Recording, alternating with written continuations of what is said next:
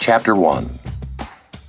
When Shane Hall opened the front door, the first thing to catch his eye was the Glock 9mm handgun resting on the end table. Katie Ward sat on the couch next to it, her straight brown hair spilling down the sides of her small, round face onto her slight breasts, her forearms resting on her legs. Wearing shorts, a sleeveless white blouse, and sandals, she frowned at the flat-panel TV. There was no sound coming from it. The living room was quiet. Shane stepped inside and eased the door shut. Katie continued to stare in silence at the TV. "What's wrong?" Shane said. "Why do you have your gun out?" She turned her head, aimed her green eyes at him, and blinked. "I heard someone walk up to the front door, but they didn't knock. I thought they might be getting ready to break in, so I ran upstairs to get the gun. By the time I got back down here, they were gone. I looked through the peephole, then threw the door open. There was a notice taped to it." Shane frowned. "What kind of notice?" Katie got up and walked into the kitchen. She came back with the slip of paper, stopped in the middle of the living room, and held it out to him. He walked over to her, his eyes fixed on the paper. Along the top, he could see it was from the sheriff's department. The second line, in large bold letters, read, "Notice to vacate." "What the hell?" Shane said. "We're not even behind on the rent yet." He took it out of her hand and read it. "Judgment debtor," he said. "This is for the landlord." "And anybody living here," Katie said. "It looks like this house is going into foreclosure." "Jesus," Shane muttered.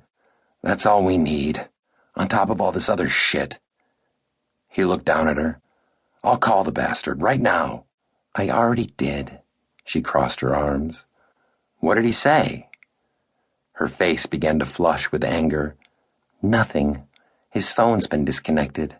No referral to a new number." Shane clenched his teeth and nodded.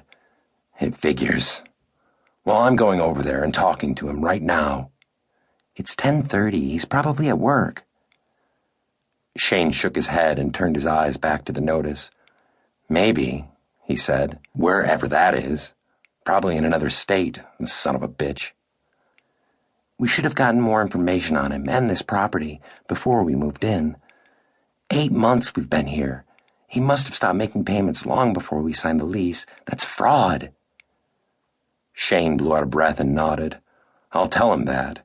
If we don't get our deposit and final month's rent payment back from him, I'll file criminal charges against him, have his ass thrown in jail." "I'm sure that'll never happen." Katie uncrossed her arms, reached out her hand, and touched Shane's forearm with her fingertips. "How did your interview go?" Shane snorted. "It didn't." "Oh no. That bad? What happened?" "There was no interview," Shane said. "All the interviews were canceled after we all sat there for an hour." "Why didn't they call you?" Shane shrugged. "Apparently the hiring manager didn't find out until he got to work this morning. Him and 20% of the company. They all got canned. The administrative assistant told us they lost a big order from their largest customer last week, so now they don't need more people, they need less. Amazing. It can take these high-tech companies 6 months to hire people, but only a few days to get rid of them." "It doesn't happen that quickly," Katie said, frowning. "Corporate had to have been working on it. These companies are so screwed up, sometimes they'll be interviewing for job openings that lower-level managers were never told they had to cancel." "Yeah," Shane said. "What a mess."